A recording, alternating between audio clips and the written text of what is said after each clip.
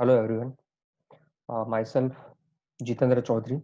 I am working as an assistant professor in mechanical department of RNG Patel Institute of Technology, Pardoli. So I welcome you all to this wonderful journey of exploring heat transfer subject. I will be covering heat exchanger and radiation part.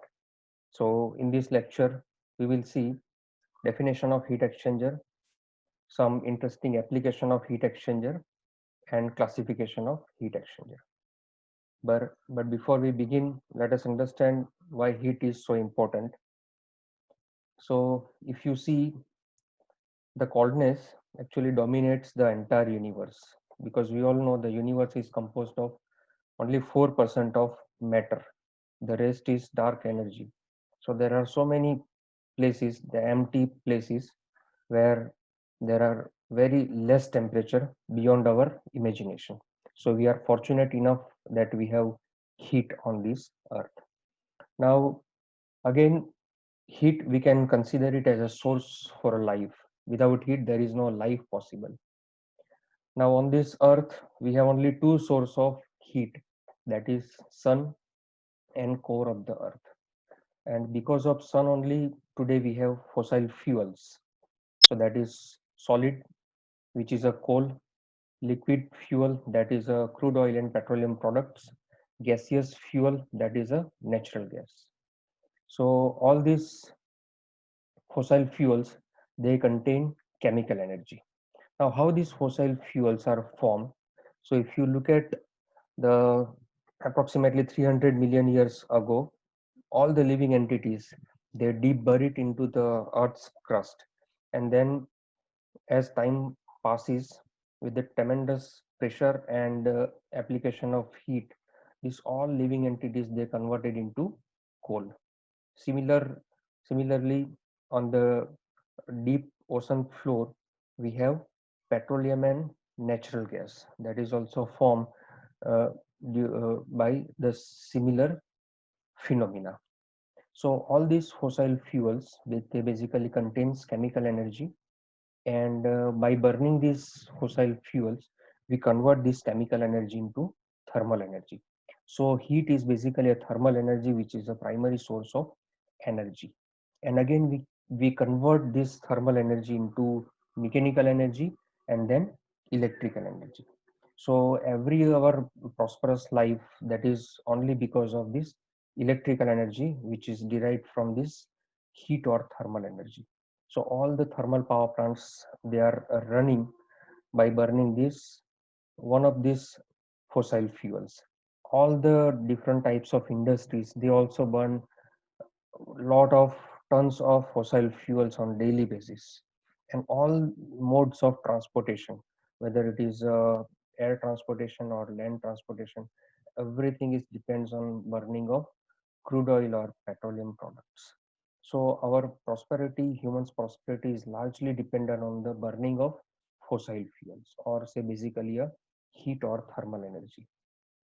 Again, we are getting heat in the form of solar radiation. So there are so many industries where we are utilizing this solar radiation in direct heating. So mostly the food processing industries, they remove the moisture part by air heating from the solar radiation. And also we can convert directly the solar radiation into electrical energy by photovoltaic or PV cells. Now, core of the earth, we have geothermal energy. So during the formation of earth or during the formation of solar system, the molten metal is trapped inside the center of the core. So we are also getting a lot of thermal or heat energy from this molten metal, or say core of the earth. So we are also utilizing the geothermal energy which is present in the core of earth. Now, if you look at the statistics of energy demand, so most of the energy, for example, here 53 trillions watt hour, that much energy demand is fulfilled by the crude oils.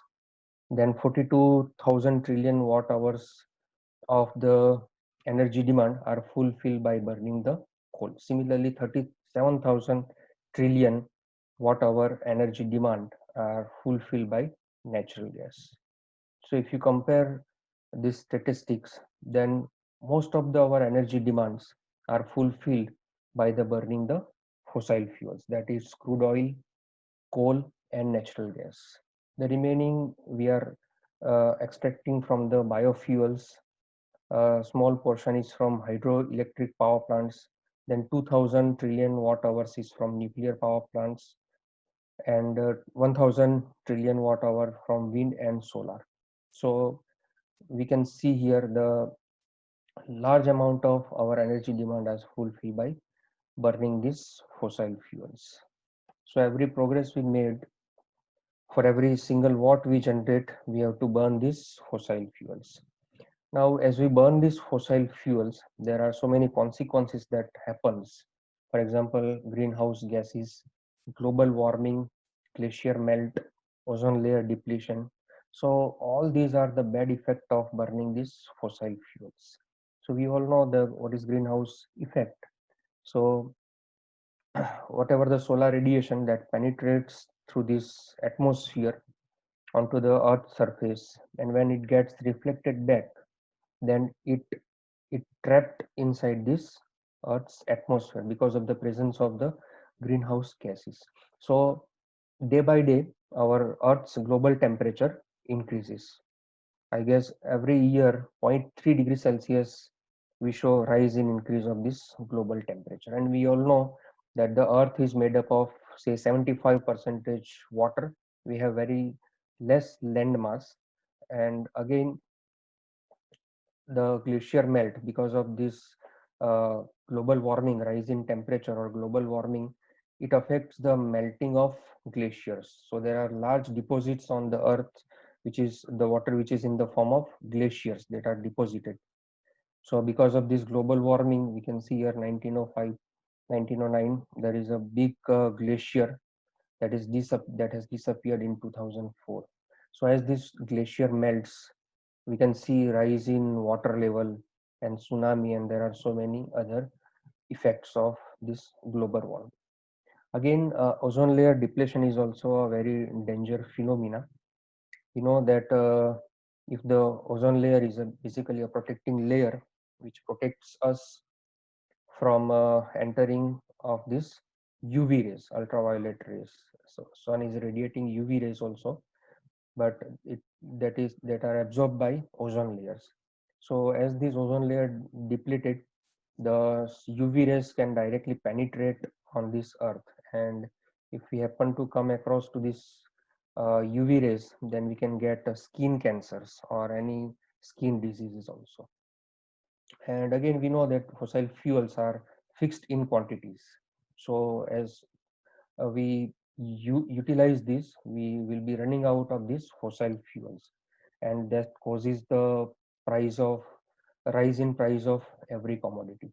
So burning large amount of fossil fuel, it has also impact on economy of our country. And then there are so many effects of global warming that we cannot sense in our day-to-day life. So what we can do, uh, we have to transfer heat effectively in order to reduce the amount of fuel we burn till the other alternatives get better and commercially viable, which can fulfill the ever increasing demand of we humans. So now we will see application of heat exchanger and classification of heat exchanger.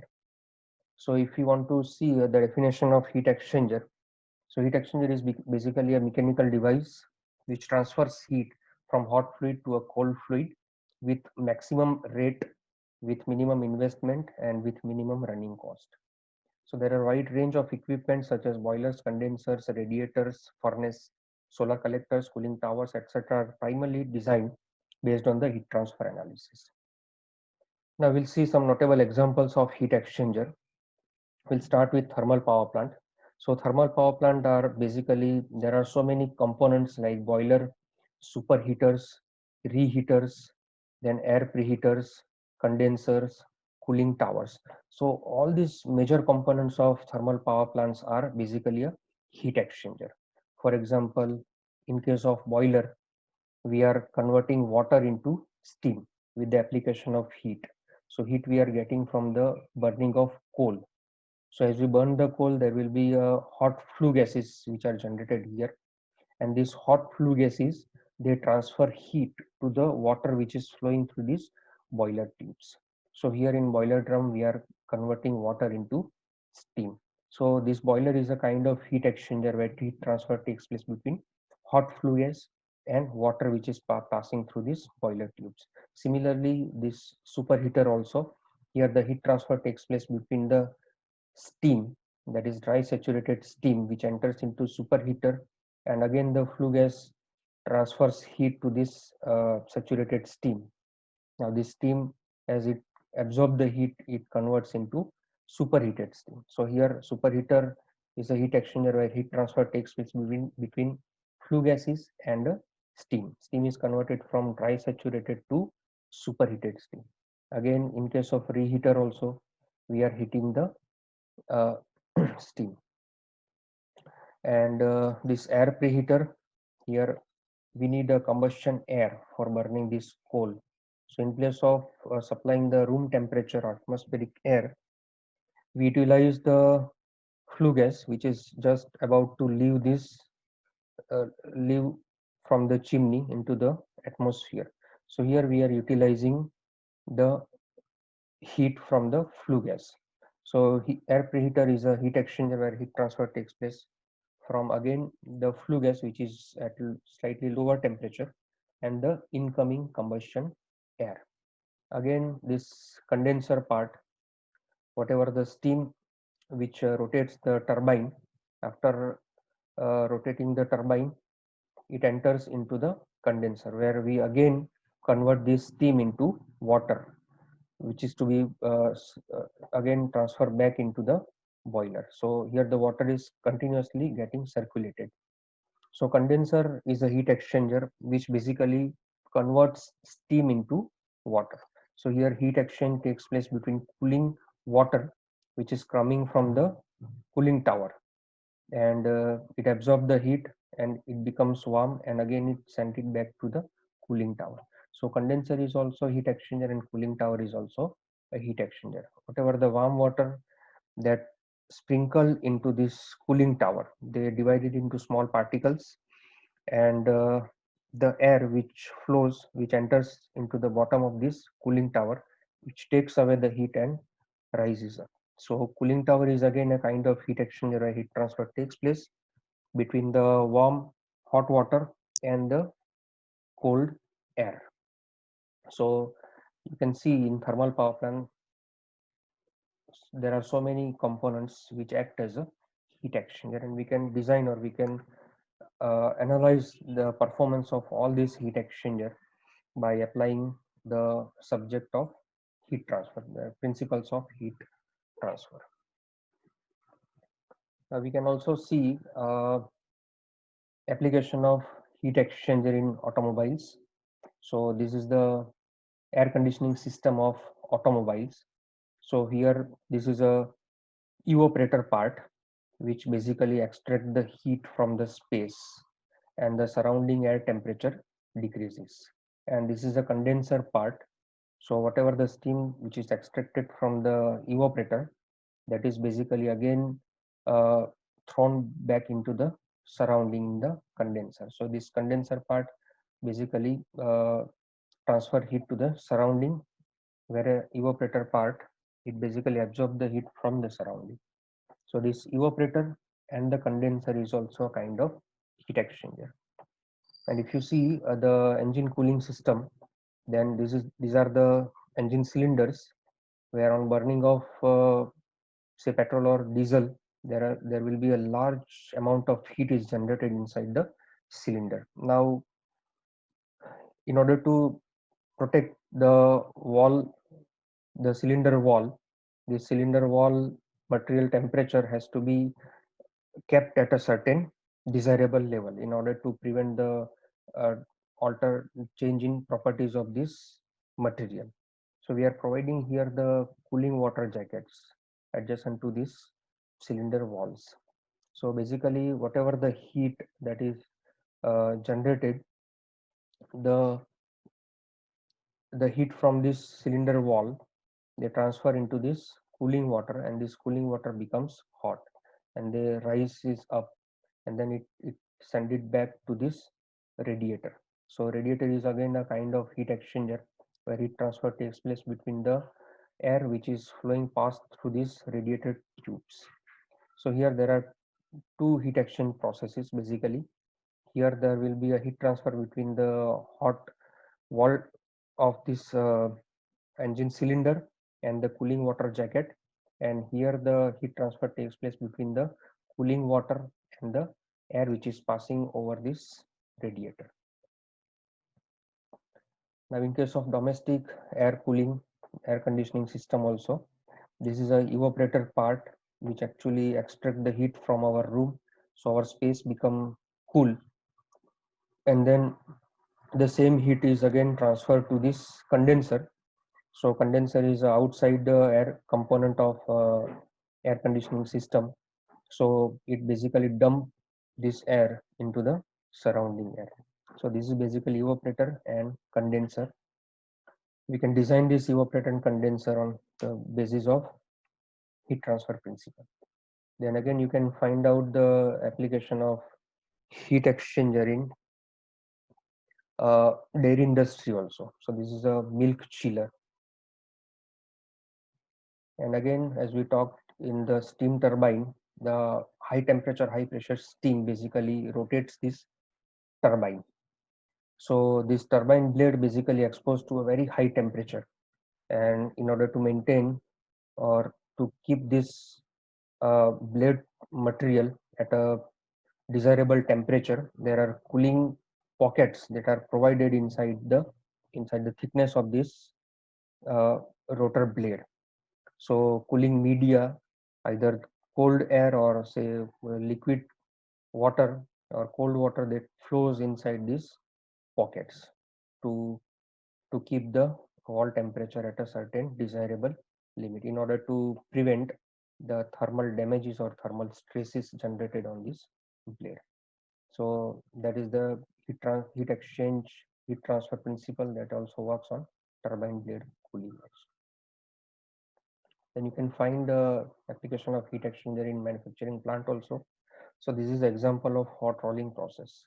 So here the ingot or raw material which is transfer which is sent it into the furnace. So here the heat exchange takes place through radiation or convection phenomena, and the surface temperature, the temperature of these ingots are maintains. So here by the principle of heat transfer we can apply, we can calculate the rate at which this conveyor belt has to travel, the rate at which this ingot has to travel in order to maintain the temperature. And this maintaining the temperature is very critical parameter. Then only we can get the desirable recrystallization structure. So this is a hot rolling process. Here also we can apply our knowledge of heat transfer. So there are numerous application of heat exchanger, for example, boiler, superheaters, reheater, air preheater, condenser in power plants, radiator in automobile, oil coolers in heat engine, milk chillers in pasteurizing plant, waste heat recoveries and other industrial processes also. Now we'll see classification of heat exchanger, how heat exchanger can be classified. So first classification is according to the operating principle of operating principle or say nature of heat exchange, how the heat transfer takes place between the hot fluid and cold fluid, then the direction of fluid flow, how the fluid is flowing through the heat exchanger, and according to the design and construction, how the heat exchanger looks like, and then the physical state of fluid, whether the hot and cold fluid undergo phase change or not. So we'll see one by one. So first is according to nature of heat exchanger, how it is transferred from one fluid to another fluid. So we have two categories basically. So if the hot and cold fluid are mixed together, means they are allowed to mix together, then those kinds of heat exchanger are called as direct contact type heat exchanger. So examples are cooling tower, where the air and water can be mixed together. Condenser, again, the function of condenser is to condense the steam. from the water. So both the fluids or steam or water, they can also mix together. And feed water heater. So the whatever the water which is entering into the boiler, they again preheated. So that is a feed water heater. So feed water heater is basically heat exchanger where heat transfer takes place between steam which is extracted from the turbine and the boiler feed water. So they also can be mixed together. So all these examples are direct contact type. So where hot and cold fluid, they mix together while exchanging the heat. Whereas this non-contact type heat exchanger, hot and cold fluid does not mixed. So heat will be transferred through some separating wall. So in case of non-contact type, again we have two categories, that is recuperator type and regenerator type. So these are the examples of recuperator type: automobile radiator, condenser, oil heaters, intercoolers, air preheaters, milk chillers. And in case of regenerators, open hearth furnace, glass melting furnace, air heaters, blast furnace, IC engine, gas turbines. So in exam also there will be asked what is the difference between recuperator and regenerator. So that we see later. Now direct contact type, as we have discussed, it is a best example is cooling tower. So in case of cooling tower, the hot water from the condenser sprinkled, they converted into small water droplets, and heat exchange takes place between air and water droplets. So in case of direct contact type, there will be a simultaneous heat and mass transfer because both the fluid will be mixed. So this only can be useful when the mixing between two fluids are desirable or harmless. Now, in case of non-contact type, regenerator and recuperator. So we'll see. So now what is a regenerator? So as the name suggests, regenerator is basically heat will be regenerated. So here this is a passage of flow of hot fluid. So hot fluid enters through this passage, and this is a metal matrix which basically store the heat for a certain amount of time. So as this hot fluid flows into this passage, and as it comes in contact with this matrix get heated up, and as this rotates, when it comes into this cold passage uh, from where the cold fluid is flowing, then again it heat transfer heat from mesh to the fluid. So here there will be two heat transfer process, from hot fluid to matrix, and here from matrix to cold fluid. So here we can say heat is regenerated. So that is the example of regenerator type heat exchanger. Whereas in case of recuperator type heat exchanger, both the fluids, hot fluid and cold fluid, flows simultaneously, and they exchange the heat through this separating wall. So simultaneous there will be a flow and heat transfer occurs. Whereas in this case, first, for example, in this diagram you can see the hot fluid flows first flows, they transfer heat to this matrix or say solids, which stores the heat, and then it exits. Then cold fluid enters here again after the flow of hot fluid, and then this again transfer heat to this matrix. So this is an example of regenerator and recuperator type heat exchanger.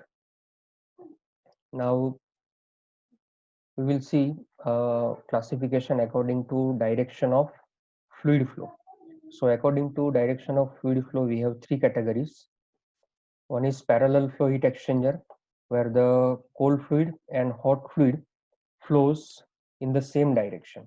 So this is a typical heat exchanger where hot fluid and cold fluid is flowing in the same direction while exchanging the heat. In case of counterflow heat exchanger, hot and cold fluid flows in opposite direction. So you can see here. And in case of cross flow heat exchanger, hot and cold fluid, they flows at a 90-degree angle. Now according to the design and construction, so this is a concentric tube heat exchanger where you have a bigger diameter tube and inside you have a smaller diameter tube. So this is also called as a tube in tube type heat exchanger. Whereas in case of shell and tube heat exchanger, you have a bigger diameter, which is called as a shell. And inside this big diameter shell, you have a bundle of small diameter tubes. So this is called as a shell and tube heat exchanger. Then again we have multiple shell and multi-tube heat exchanger. So in case of one shell, now here you can see there are two shells. So this is a example of multi-shell and multi-tube heat exchanger. This is a one cell, and this you can consider it as a second shell. So this is a multiple shell and multi-tube heat exchanger. Again, to increase the rate of heat transfer, here the heat transfer area is increased by providing the fins. So this is an example of fin tube heat exchanger, where the fins are provided on the surface of these tubes. So we are increasing the heat transfer surface area. So this is a fin tube heat exchanger. And again we have compact or plate type heat exchanger, where basically again the hot and cold fluid are separated through this plate. So this plate basically enhance or it increase the surface area of heat exchange.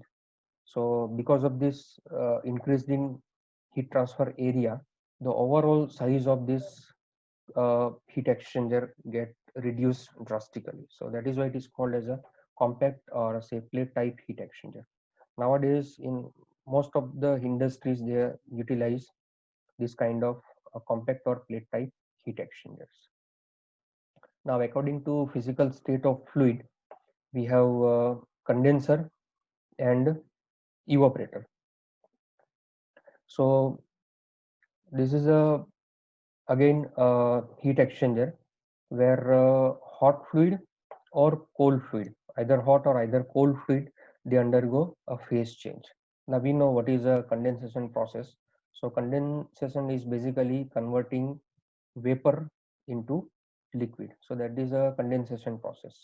So in case of condenser, the hot fluid, for example steam, is converted from vapor to liquid. So here basically steam get condensed with the help of cooling water. So cooling water basically extract heat from the steam, and the steam is converted into liquid from vapor to liquid. So this is why it is called as a condenser. And again we know that whenever there is a phase change occurs, the temperature remains constant. So in case of condenser, the hot fluid temperature remains constant because the hot fluid basically undergo a phase change. Whereas in case of evaporator, we know the evaporation process is basically converting liquid into vapor. So we are boiling this liquid or we are evaporating this liquid to convert into vapor or steam. So this is basically example of boiler. In case of boiler, we are converting water into steam. So in this case, the hot fluid undergo phase change. So that is steam is condensed. Here in this case, the cold fluid, which is a water, which undergo a phase change. So water is converted from liquid phase to vapor phase. So water is basically boiled down to get the steam with the help of flue gas.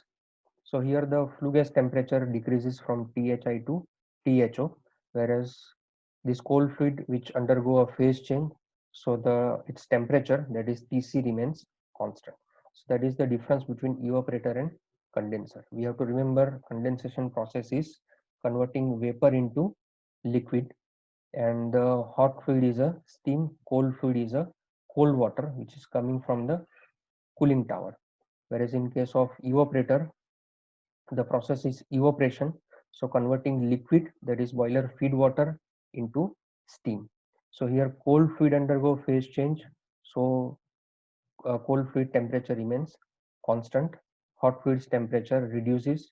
Here the hot fluid temperature remains constant and cold fluid's temperature will increase because it absorbs the heat.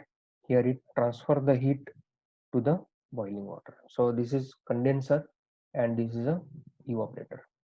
So either of the hot fluid or cold fluid undergo a phase change. Now key learning of this lecture is Now we can understand various source of heat, importance of heat transfer, why heat transfer is so important, practical applications of heat exchanger, then classification of heat exchanger. Now in next lecture, we will see overall heat transfer coefficient and what is LMTD. Now after learning, you should be able to answer the following questions. So define function of heat exchanger and give application of heat exchangers in various industries, or say how are the heat exchangers are classified. Now you can write your feedback on this lecture for further improvement. My email ID is jbc.fetr@gmail.com. Thank you so much.